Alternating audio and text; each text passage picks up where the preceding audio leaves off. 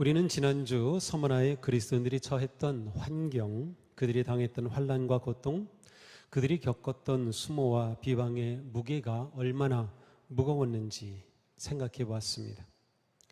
어느 것 하나 자신들에게 우호적인 것이 전혀 없었지만 온갖 환난이 우겨싸는 그런 상황에서 오직 예수께서 주님이심을 고백하는 그 믿음을 지킨 그들의 모습이 우리에겐 감동적이었습니다. 그런데 주님은 계속되는 시련 속에서도 죽도록 충성하라 라고 말씀하십니다. 박해를 당하는 신자들을 향해 나를 위해 죽을 각오를 하라 라고 하신 것 같습니다. 당시 그리스도인들은 언제 순교를 당할지 모르는 상황 속에 있었습니다.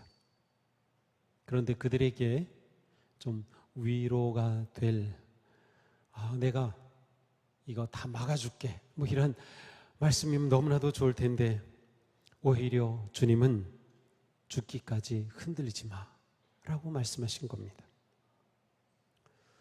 초기 기독교의 대표적 순교자로 알려진 분이 바로 이 서머나 교회의 목사님이었던 폴리캅입니다. 서머나에 가면 폴리캅 기념교회가 세워져 있고 그 건물 안에는 폴리캅의 순교 장면을 성화로 그려 놓았습니다. 이 교회는 1520년에 세워진 교회인데 그러면 종교개혁 당시, 종교개혁이 1517년에 시작이 되었으니까요. 그 당시에 세워진 그러한 교회입니다. 현재는 가톨릭 교회로 지금도 매주일 예배를 드리고 있습니다.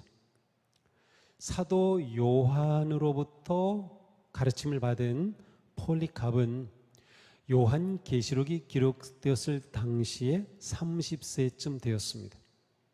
서머나 교회의 신실한 지도자였습니다.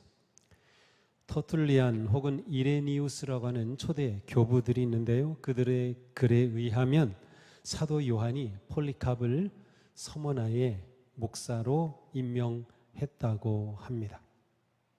그렇다면 폴리캅은 지금 우리가 읽고 있는 이 말씀, 사도 요한의 요한계시록, 그리고 오늘 서머나 교회에 주신 이 말씀을 폴리캅도 우리처럼 똑같이 읽었습니다. 특별히 서머나 교회에 주신 이 말씀이기에 폴리캅은 이 말씀을 특별한 그런 마음으로 읽었을 것이 분명합니다. 이때 폴리캅과 서머나의 성도들은 죽도록 충성하라 라고 하는 이 말씀을 받았고 정말 이 말씀처럼 목숨을 바쳐 주님을 사랑하였던 것이죠.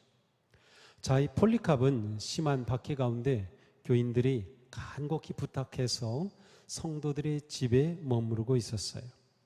그러면서 성도들을 돌보고 교회를 위해 기도하고 있었습니다. 그런데 어느 날 폴리캅이 꿈을 꿨는데 자기 베개에 불이 붙은 꿈을 꿨어요. 내 죽음이 가까이 왔구나 라고 그는 생각합니다. 정말 얼마 되지 않아서 폴리캅은 총독이 보낸 군인들에 의해서 체포됩니다. 이때 폴리캅은 자기를 잡으러 온 이 군인들에게 음식을 대접해 주고요. 그리고 물을 주었습니다. 그러면서 내가 기도할 시간을 좀 주십시오. 그렇게 1시간 동안 기도를 하였습니다. 이때 폴리캅을 잡으러 왔던 군인들은 3가지에 깜짝 놀랐습니다. 자기를 잡으러 온 군인들에게 음식을 대접한 겁니다. 그리고 그 순간에 신실하게 기도하는 모습이었습니다. 그리고 3번째로 너무나도 나이가 많은 폴리캅이었습니다. 이때 폴리캅은 86이었습니다. 그래서 이 군인들은 잠시나마 우리가 이러한 사람을 체포하는 게 맞는 거야? 라고 그렇게 생각했다는 기록이 있어요. 폴리캅이 잡혀오는 동안에 신문관이었던 장교는 폴리캅을 회유합니다. 황제를 숭배한다고 해서 나쁠 것이 없잖아요. 그러나 폴리캅은 나는 황제 숭배를 할 수 없소라고 거부합니다. 결국 폴리캅은 군중들이 모여있는 서머나의 원형 경기장 있는 총독 앞으로 끌려갑니다. 총독은 폴리캅에게 묻습니다. 목숨이 아깝지 않느냐? 황제의 이름으로 맹세해라. 그러면 내가 그대를 풀어주겠다. 그리스도를 저주해라. 그때 폴리캅은 이렇게 대답합니다. 지난 86년 동안 그분을 섬겼고 그분은 내게 잘못하신 일이 하나도 없어. 그런데 내가 어찌 나를 권하신 나의 왕을 모독할 수 있단 말이요. 그러자 총독이 다그칩니다. 내게는 사나운 맹수들이 있다. 내가 마음을 바꾸지 않으면 맹수들에게 던져버리겠다. 그러자 폴리캅은 맹수들을 부르시오 라고 대답합니다. 그러자 이 총독이 말합니다. 내가 맹수들을 얕보니 너를 불사르겠다. 그러자 폴리캅이 말하죠. 총독께서 위협하는 불은 기껏해야 1시간 동안 타고 꺼집니다. 왜 지체하십니까? 원하는 대로 하십시오. 결국 화형을 시키기 위해 쌓아놓은 장작더미 위에 기둥을 세우고 그 옆에 폴리캅이 섰습니다. 폴리캅은 자신을 묶지 말아 달라고 요청한 후에 이렇게 기도합니다. 오 전능하신 주 하나님, 사랑하는 아들 예수 그리스도의 아버지요, 저희들은 예수님을 통해 아버지를 알게 되었습니다. 오늘 이 시간 저를 그리스도의 잔에 동참하기에 합당한 자로 여기셔서 순교자들의 대열에 두시니 감사합니다. 이 기도가 끝나자 병사가 불을 붙입니다. 그런데 이상하게도 바람이 계속 심하게 불어가지고 불이 제대로 붙지 않습니다. 결국 지키던 병사가 칼로 폴리캅을 찔러 죽였고 그리고 그 죽은 시신을 불에 태웁니다. 그리고 폴리캅의 순교 장면에서는 특이하게도 칼과 불이 동시에 그려져 있는 걸 볼 수 있어요. 폴리캅은 이렇게 순교합니다. 그날은 156년 2월 23일이었습니다. 이처럼 감옥과 죽음의 환난에 직면하였지만 죽기까지 주님을 사랑한 교회가 바로 서머나 교회였습니다. 서머나 교회에게 말씀하신 주님은 지금도 우리에게 말씀하십니다. 죽도록 충성하여라. 주님은 교회를 고난으로 부르십니다. 예수님은 산상수훈에서 나를 인하여 너희를 욕하고 핍박하고 거짓으로 너희를 거스려 모든 악한 말을 할 때에는 너희에게 복이 있나니 기뻐하고 즐거워하라. 하늘에서 너희의 상이 큼이라. 바울은 옥에 갇히고 매를 맞고 배가 파손되었고 돌에 맞았지만 이렇게 말씀했어요. 그리스도 예수 안에서 경건하게 살려고 하는 사람은 모두 박해를 받을 것입니다. 고난은 참된 교회의 증거입니다. 고난은 참된 성도의 증거입니다. 주님께 충성하는 믿음의 사람은 고난을 보는 생각이 다릅니다. 주님을 사랑하고 순종하는 신실한 성도는 고난이 다가오는 것을 이상하게 여기지 않습니다. 오히려 고난을 당연하게 여기며 두려워하지 않습니다. 고난을 통해 더욱 주님을 의지하고 바라봅니다. 고난은 우리의 믿음을 더욱 단단하게 다지며 정금 같은 믿음의 성도로 세웁니다. 성도는 고난과 위기와 역경 중에 믿음이 더 깊어지고 견고해지고 성숙합니다. 교회는 박해 중에 더욱 뻗어가고 깊어갑니다. 그러나 이것은 우리의 믿음의 결단에 달려 있어요. 이 당시에도 주님을 배반하고 배교한 자들이 많이 있었습니다. 고난이 올 때 어떤 사람은 아니 내가 예수님을 믿는데 고난이 와? 내 예수님 믿는데 내가 왜 이렇게 안 돼? 내가 예수님 믿는데 내가 왜 이렇게 어려워? 라고 말하며 믿음을 저버립니다. 반면에 어떤 사람은 고난이 와도 고난이 왔지만 내가 예수님을 더욱 의지해야지. 고난이 왔지만 내가 주님의 힘을 의지해야지, 주님의 보호를 구해야지, 주님과 함께 해야지 라고 오히려 믿음이 더 깊어집니다. 우리는 고난을 통해 살아있는 믿음을 증언하며 더욱더 주님께 충성하는 성도입니까?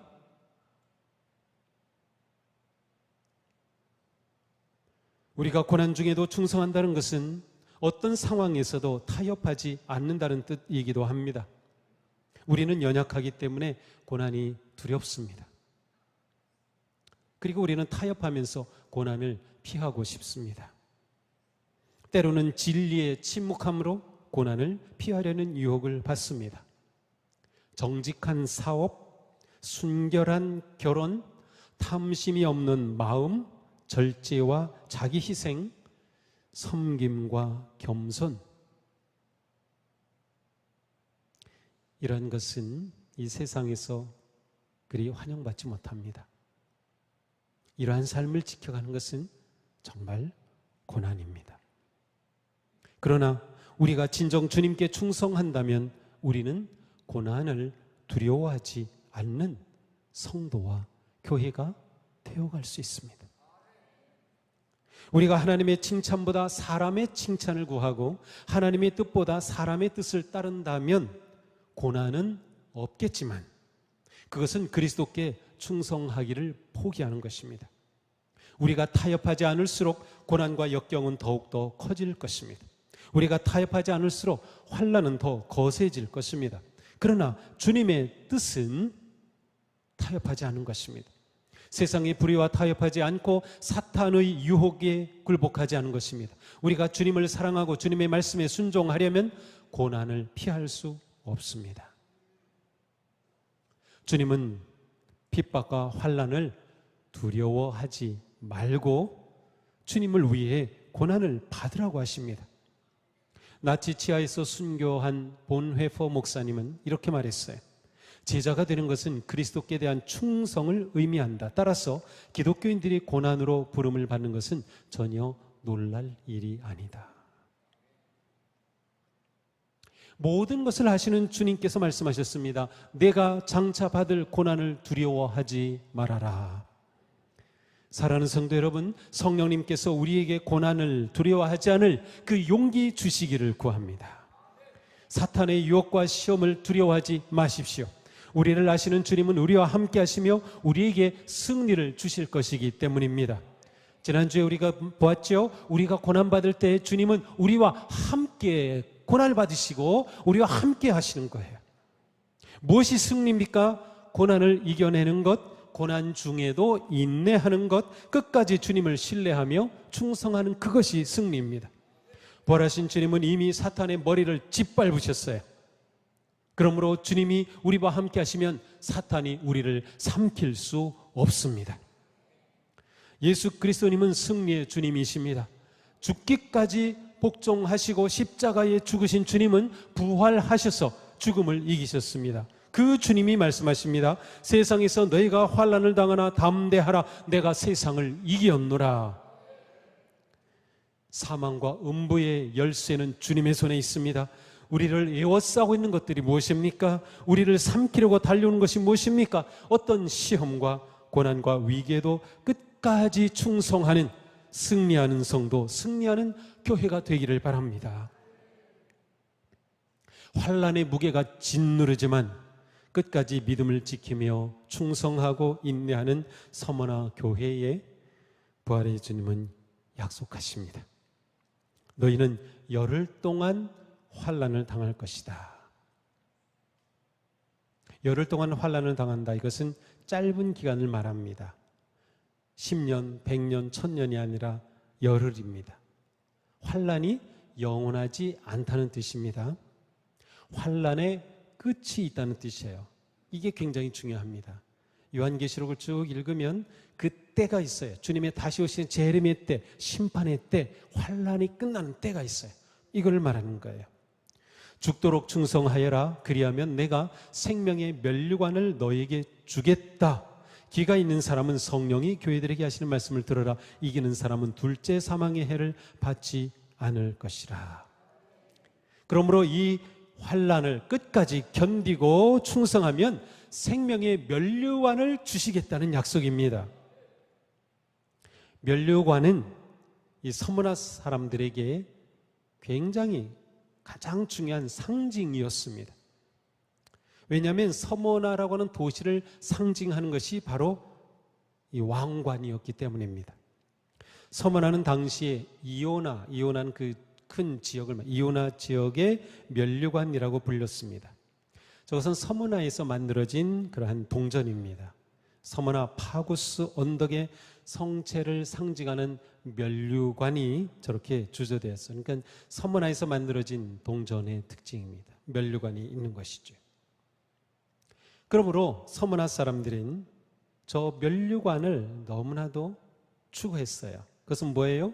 황제의 영광, 황제의 권력, 승리, 대축제 이런 것들이에요. 자, 이러한 사회 속에서 이방신과 황제를 섬기던 사회 속에서 그리스도인들은 환난을 당하였어요. 따라서 그리스도인들은 세상이 주는 기쁨의 면류관은 받지 못했습니다. 그러나 주님은 이 세상의 면류관과는 비교도 되지 않는 생명의 면류관을 주시겠다는 겁니다. 죽도록 충성하는 성도들에게는 최후의 승리가 기다리고 있다는 뜻입니다. 영원한 생명이 준비되어 있습니다. 생명의 왕관을 받는다는 것은 생명을 왕관으로 받는다는 뜻이기도 합니다. 생명을 왕관으로 받아요. 또한 주님은 둘째 사망의 해를 받지 않을 것이다 라고 하셨어요. 이 둘째 사망에 관해서는 요한계시록 20장 14절에서 사망과 지옥이 불바다에 던져졌습니다. 이 불바다가 둘째 사망입니다 라고 해석해 주셨어요. 그러므로 최후의 심판 때 영원한 불모세의 형벌에 던져진 상태가 둘째 사망입니다. 그러므로 부활의 주님은 충성하는 자에게는 지옥불의 심판이 이르지 아니할 것이다. 둘째 사망에 던져지지 않는다고 약속해 주신 것이죠. 우리는 에베소 교회를 통해서 참된 교회는 섬김과 인내로 진리를 지켜내면서 처음 사랑을 회복한 교회인 것을 보았습니다. 참된 교회는 진리와 사랑이 함께 있는 교회예요. 말씀과 사랑의 삶이 함께 있는 교회, 참된 교회입니다. 오늘 우리는 서머나 교회를 통하여 진정한 교회의 특징은 고난과 충성이라는 것을 깨닫게 됩니다. 주님의 이름으로 고난을 기쁘게 받는다는 것은 곧 주님에 대한 그 사랑이 진실함을 증명하는 것입니다. 우리는 주님을 사랑하기 위해서라면 어떤 고난과 수고도 마다하지 않은 진정한 성도가 되기에 힘써야 합니다. 사랑하는 주님을 위해서라면 어떠한 고난과 수고도 마다하지 않는 우리 교회가 되어야 합니다. 예수님을 위해서 고난을 받으며 충성한 서머나의 성도들은 베드로와 요한이 그러했듯이 예수의 이름 때문에 모욕당하는 것을 기뻐하는, 그것을 마치 자격을 얻은 것처럼 기뻐하는 그러한 교회였습니다. 또한 사도 바울처럼 나에게는 사는 것이 그리스도이시니 죽는 것도 유익합니다 라는 그 고백의 삶을 살았던 것이죠. 충성된 성도에게는 생명의 면류관이 기다리고 있습니다. 자, 우리는 충성하면 이것을 어떤 행동으로 이해하려고 하는데 사실 충성이라고 하는 단어는 행동보다 존재적인 그런 의미가 더 중요합니다. 자, 서머나 교회가 부닥친 상황에서 죽도록 충성해라, 이 말은 너희가 정말 열심을 다해 사역해라, 정말 뼈가 빠지도록 사역해라, 그런 뜻 아니고요. 너희가 지금 고난과 박해를 받는 상황 가운데 있지, 그러나 그 상황 속에서도 네가 죽는 순간까지 변함없이 그리스도께 신실한 존재가 되라, 그런 뜻이에요. 죽는 순간까지 끝까지 주님을 사랑하는 신실한 존재가 되라. 믿음을 배반하지 말라, 떠나지 말라. 바로 이러한 의미가 더 중요합니다. 이게 바로 충성이란 뜻이에요. 이게 죽도록 충성한다는 의미입니다. 예수님은 내 그리스도이시며 주님이라고 고백하는 그 믿음의 삶 끝까지 지켜내라는 것이죠. 진리의 말씀에 순종하며 예수 그리스도에 대한 증언과 고백의 삶에서 타협하지 않고 나가는 성도들에게 주시는 놀라운 상급,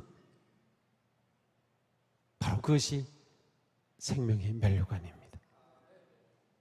이 상급은 믿음의 결승점에서, 믿음의 그 달려가는 길의 결승점에서 만왕의 왕이신 주님께서 우리에게 씌워주실 영광스러운 면류관입니다.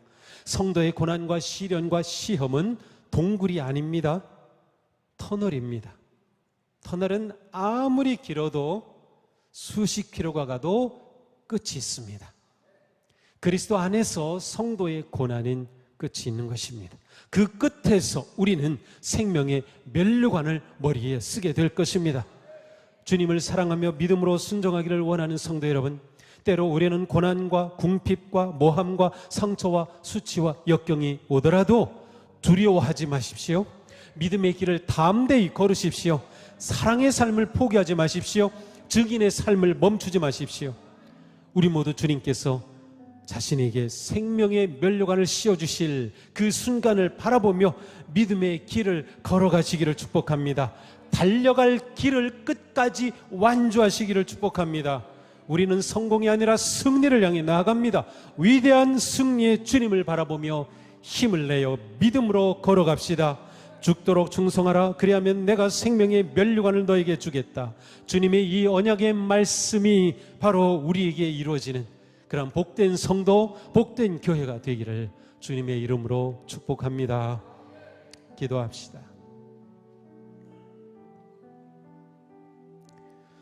주님, 고난과 핍박과 시련과 궁핍은 저희들에게 힘들고 피하고 싶은 것입니다. 그러나 우리에게 예수님의 사랑, 예수님의 그 구원의 십자가, 부활의 그 십자가와 능력이 있기에 우리는 이 고난과 역경 중에도 주님을 의지하고 사랑하며 우리의 믿음을 지켜가기를 원합니다. 주님, 저희를 도와주옵소서. 믿음을 지켜갈 용기를 주시옵소서. 어떤 상황에서도 믿음으로 인내하며 이겨나갈 지혜와 힘을 더하여 주시옵소서. 내 믿음의 길의 끝에 주님께서 내 머리에 씌워주실 그 생명의 면류관을 바라보며 비록 길고 긴 이 고난의 터널이지만 그 마지막에 승리의 영광을 바라보며 우리 잘 이겨낼 수 있도록 성령님 힘을 주시옵소서. 우리와 함께하여 주시옵소서. 우리 모두 믿음의 길에 완주하고 승리하는 복되고 영광스러운 주님의 자녀들이 되게 하여 주옵소서. 예수님 이름으로 기도합니다. 아멘.